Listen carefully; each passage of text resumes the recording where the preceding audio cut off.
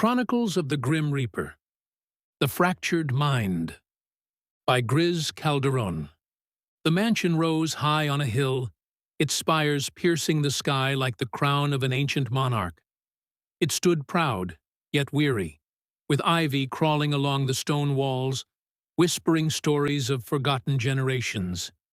A circular driveway wound through meticulously maintained and manicured gardens, which bloomed year-round under the care of the devoted groundskeeper. At the center of the driveway sat a grand marble fountain, its water cascading gracefully in the evening glow. The estate's grounds stretched endlessly, bordered by dense woods on one side and sprawling meadows on the other. Sculpted hedges lined the walkways, and statues, weathered but dignified, peeked from beneath towering oak trees. A tennis court lay at one corner of the estate, and a pool at the opposite corner. Beyond the pool, a greenhouse housed exotic plants from across the globe, a relic of Vandyke's late mother's eccentric passions. Inside, the house was no less impressive. The grand foyer welcomed visitors with polished marble floors that reflected the soft glow of crystal chandeliers. Long hallways stretched in every direction, leading to rooms adorned with oil paintings, intricate rugs, and heavy drapes. A library, filled with towering shelves of books, occupied an entire wing of the house. The dining room was fit for a king, with a table that could seat 20, though it was always set for just 5, one for Vandyke and 4 others. Vandyke arrived at the estate in the early evening, his chauffeur unloading luggage from the sleek black car. As the vehicle came to a halt before the grand entrance, Vandyke's heart raced with both excitement and unease. 4 individuals stood waiting at the door. Each was distinct in demeanor: the athletic man with shaggy brown hair and a carefree stance, the sharp-dressed man with discerning eyes, and 2 twin sisters who stood side by side, mirroring each other's expressions of quiet amusement and subtle disdain. The butler, standing discreetly to the side, opened the heavy oak doors to welcome Vandyke home. "Welcome back, sir," the butler said with a bow, but his eyes betrayed a flicker of concern. The staff had served Vandyke's family for generations, and they knew better than to question the peculiar dynamics within the house. The family had always carried with it a history of unspoken troubles, and the staff, bound by loyalty and tradition, simply went along with it. It was their duty to care for the family, no matter how strange things became. Vandyke greeted each individual warmly, convinced that they were companions or relatives his parents had left behind in the will. He accepted them without hesitation, though he never truly remembered how they came to live there. Days turned into weeks, and the routines within the mansion settled into a rhythm. Meals were taken together at the grand dining table, the butler serving them with precise care. The sisters, often whispering conspiratorially, sipped tea in the parlor or strolled the grounds arm in arm. The sporty man came and went as he pleased, always late to meals and often drenched from the pool, much to the annoyance of the others. The sharp-dressed man, aloof and superior, spent hours in the library, rearranging books to suit his particular tastes. As time passed, tension simmered beneath the surface.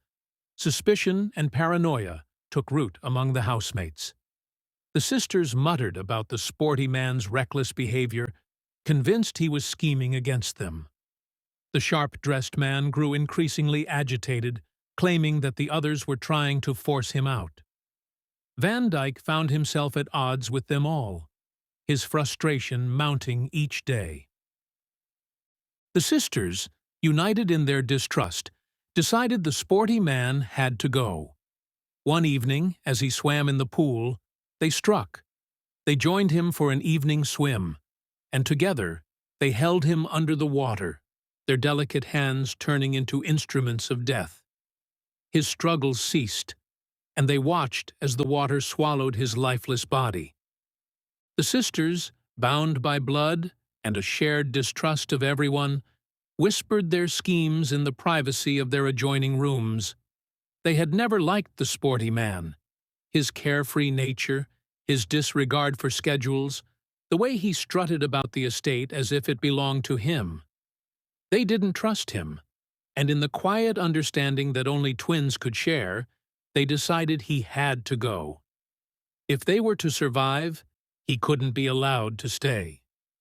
The opportunity presented itself on a warm evening, when the air was thick with the scent of blooming jasmine. The sporty man, unaware of the malice brewing behind their identical smiles, announced his intention for an evening swim. He walked toward the pool, towel slung over his shoulder, utterly oblivious. The sisters watched from the balcony, exchanging a glance. "Now," one of them whispered, her lips curling into a smile.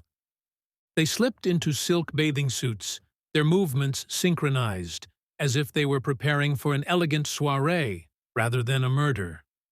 They followed him to the pool, their faces calm, betraying none of the darkness hidden beneath their polished exteriors. The sporty man grinned when they arrived, waving them into the water with boyish charm. "Come on, the water's perfect," he called, floating lazily on his back, his arms spread wide. The sisters waded in slowly, circling him like sharks around their prey, their delicate hands trailing the water's surface. The man laughed, splashing them playfully, unaware that his fate had already been sealed. When the moment came, they struck without hesitation.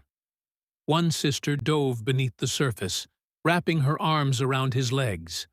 The other pressed her hands on his chest and shoulders, forcing him under. His grin twisted into panic as his arms flailed, feet kicking desperately against the water. His struggles were fierce at first, churning waves slapping against the pool's edge, his head breaking the surface for brief, gasping moments. But the sisters held fast, their dainty fingers turned into merciless instruments of death. They whispered soothingly, as though calming a restless child, while the life drained from his eyes. Bubbles rose from his mouth, each one smaller than the last, until the water grew still. He was gone. The ripples faded, and the pool returned to its serene, glassy surface, as if nothing had happened. The sisters lingered a moment, watching the moonlight glimmer on the water, satisfied with the silence. It was done. The sisters moved with quiet efficiency, each performing her task without the need for words. With smooth, practiced motions, they guided the sporty man's lifeless body through the water and hauled him onto the pool's edge. Their eyes met briefly, a shared, unspoken understanding passing between them.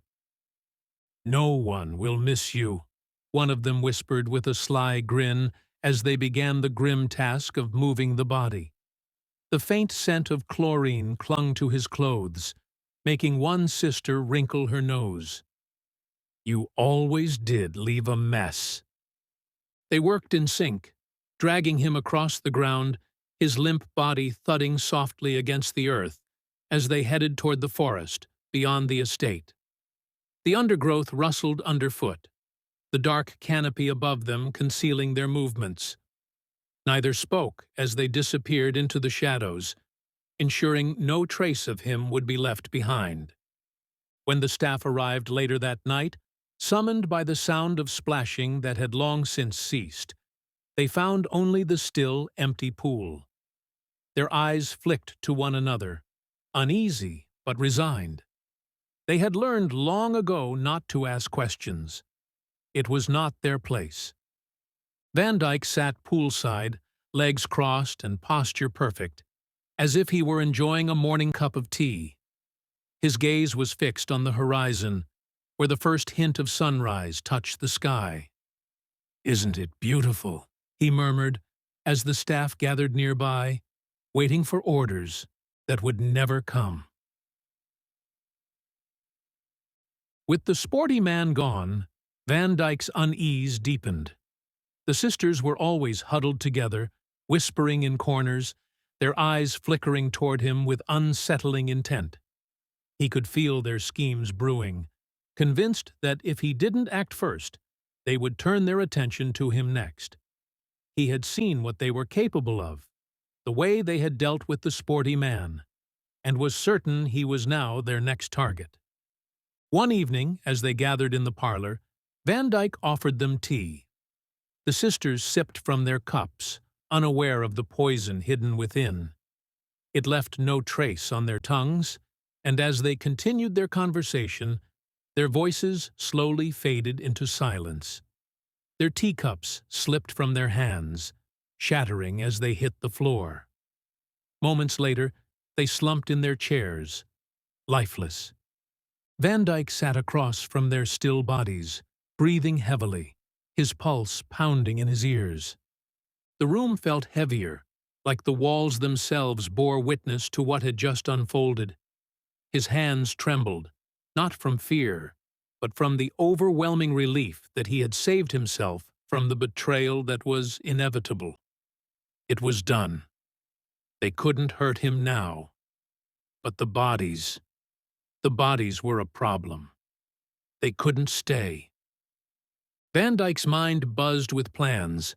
They were everywhere, crowding his thoughts like scattered chess pieces waiting to be moved into place. He ran his fingers through his perfectly groomed hair, loosening it slightly, and paced the length of the room. There were no emotions in this task, just practicality. He had to get rid of them. He glanced down at the lifeless forms slumped in their chairs, their expressions frozen in disbelief. A flicker of annoyance passed through him as he noticed the mess. The shattered teacups, the spilled tea soaking into the carpet, staining the fine upholstery. This wasn't how things were supposed to end. No matter.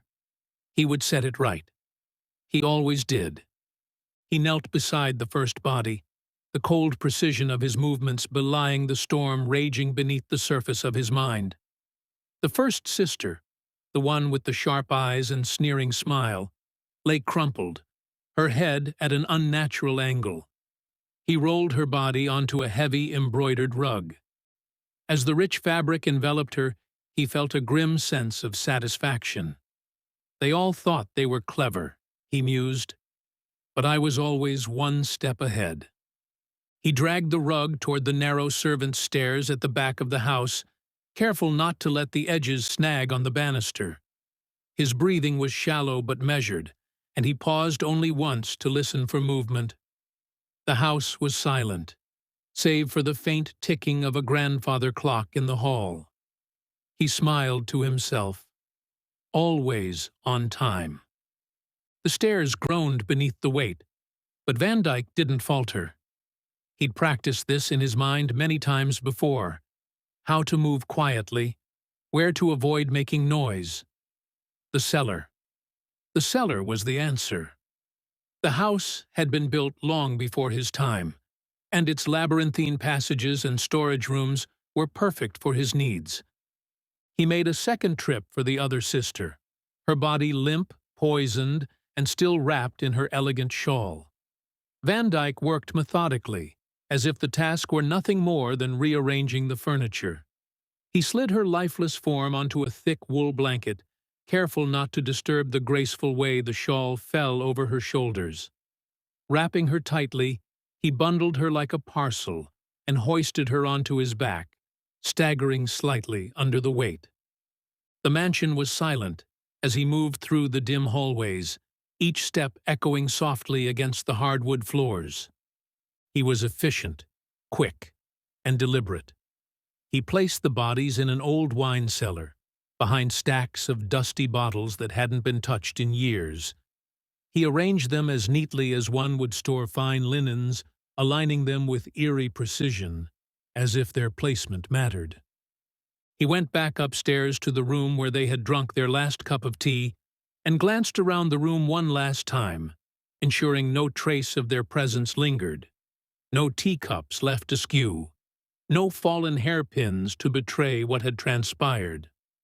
There were moments when a flicker of doubt crept into his mind, moments when he wondered if he had gone too far.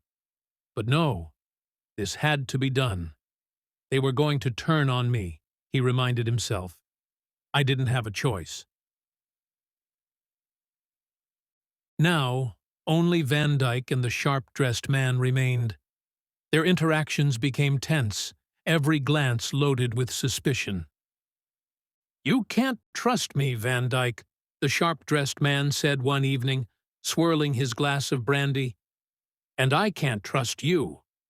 One of us isn't leaving this house alive." Vandyke's hand tightened around the knife in his pocket, the cool metal grounding him in the moment. "I know," he whispered.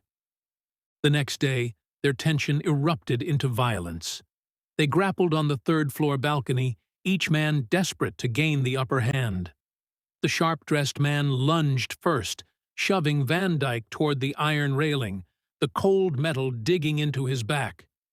But Vandyke fought back, a desperate fury overtaking him. His hands clung to the man's coat as they struggled, and when the final moment came, they both went over the edge, locked together in a fatal dance. They hit the ground with a bone-jarring thud, the impact sending a sharp pain through Vandyke's body. He gasped for breath, his limbs heavy and unresponsive. The life slowly ebbed from him, his broken body crumpled on the soft grass beneath the balcony. The Grim Reaper appeared silently, materializing from the shadows like a ghost born of the night. His presence was not sudden but inevitable, as if he had always been there, waiting for the moment Vandyke's soul teetered on the edge. His dark cloak billowed gently despite the stillness in the air, swirling around him like smoke that knew no boundaries. The glint of his scythe caught the faint moonlight, a sliver of silver against the night. His hollow gaze rested on the broken man before him, as if seeing not only Vandyke's shattered body, but the years of turmoil buried deep within his mind. "It's over, Vandyke," the Reaper said softly, his voice devoid of judgment or malice, carrying only the weight of finality. "You don't have to fight anymore." Vandyke blinked, his fading consciousness clouded with confusion. He tried to piece together the shattered fragments of his reality. What happened to them? The Reaper knelt beside him, placing a skeletal hand gently on his shoulder, the touch strangely comforting. "There were no others," the Reaper whispered, his tone a blend of truth and compassion. "It was always just you." Vandyke's breath hitched as the truth unfurled before him, unraveling the carefully constructed illusions he had believed for so long. The housemates, his rivals, companions, and enemies were nothing more than reflections of his fractured mind, figments conjured by a sickness that had consumed him. He had lived alone in the grand estate, ensnared in a relentless war with himself. "You were sick, Vandyke," the Reaper whispered, the darkness in his voice tinged with unexpected tenderness. "None of this was your fault. Rest now. No one will harm you, not even yourself." The weight of the Reaper's words settled over Vandyke, and for the first time in what felt like an eternity, the struggle ceased. There was no more need to fight, no more need to untangle the web of deceit and paranoia his mind had spun. The battle was over, and peace beckoned at last. Vandyke lay still, the night closing in around him, his shattered body cradled by the soft grass beneath the balcony. And in that moment, he knew there was no one left to bury but himself. The staff, having heard the commotion and the fall, rushed to the garden. Some stood at the balcony looking down in horror, while others gathered around Vandyke's broken body on the grass. To them, it had always been Vandyke. No matter how differently he spoke or dressed, no matter how many people he seemed to be. They had known about his disorder but never questioned it, choosing instead to serve him with quiet loyalty, hoping to make his life easier in whatever small way they could. They had observed him many times, going about his peculiar routines. On one occasion, they watched from the house as Vandyke splashed wildly in the pool, water flying in chaotic arcs as he moved around, mimicking the actions of someone grappling with another person. His movements were frantic, as if dragging an unseen weight across the water. Then, soaked to the bone, he climbed out of the pool and pretended to haul something heavy, straining as if dragging a lifeless body across the lawn. The staff exchanged uneasy glances, but said nothing. They knew it was only Vandyke, playing out whatever scenario his mind had conjured. Another day, they found him in one of the rooms, muttering to himself as he carefully rolled up rugs and gathered blankets. Teacups lay shattered on the floor, fragments scattered across the polished wood. He arranged everything meticulously, moving down the grand staircase with arms pretending to be full of something, carrying it to the cellar as if setting the stage for a hidden plot only he understood. The housekeeper had quietly swept up the pieces of the broken cups after he left, never once questioning him aloud. To do so would serve no purpose. Vandyke's reality was his own, and they had long learned to follow his lead without interfering. Late that night, they had heard him on the balcony, his voice raised in a heated argument with no one. The wind carried fragments of his words, filled with frustration and anger, as though he were locked in battle with an invisible foe. His footsteps thundered across the floor, followed by a final desperate scream from the balcony that echoed through the silent estate. The staff listened from the shadows, knowing better than to intrude. These outbursts were as much a part of their lives as polishing silver or lighting the fireplaces. They had long accepted that Vandyke's world was not one they could alter. To them, it had always been Vandyke, no matter how differently he spoke, no matter how he dressed, and no matter how many people he seemed to embody. They knew of his disorder, had known since the day he returned to the estate, but they never questioned it. They chose, instead, to serve him with quiet loyalty, their roles as caretakers evolving into something far more delicate. Their only aim was to ease the weight of his fractured mind in whatever small way they could, hoping that their presence might grant him some measure of peace. And now, as they gathered in the quiet of the night, they knew that the struggle was over. Vandyke was resting at last. There would be no more arguments and disagreements, no more splashing in empty pools, no more shattered teacups, no more arguments with invisible adversaries. He was free, free from the torment that had plagued him for so long. And, in a way, so were they. As the Reaper watched over the scene, a quiet peace settled over the mansion. The fragmented pieces of Vandyke's mind had finally been laid to rest, and the house, once filled with imagined voices and endless turmoil, fell silent at last. With that, the Grim Reaper vanished into the night, leaving the estate and its troubled master to rest. The end.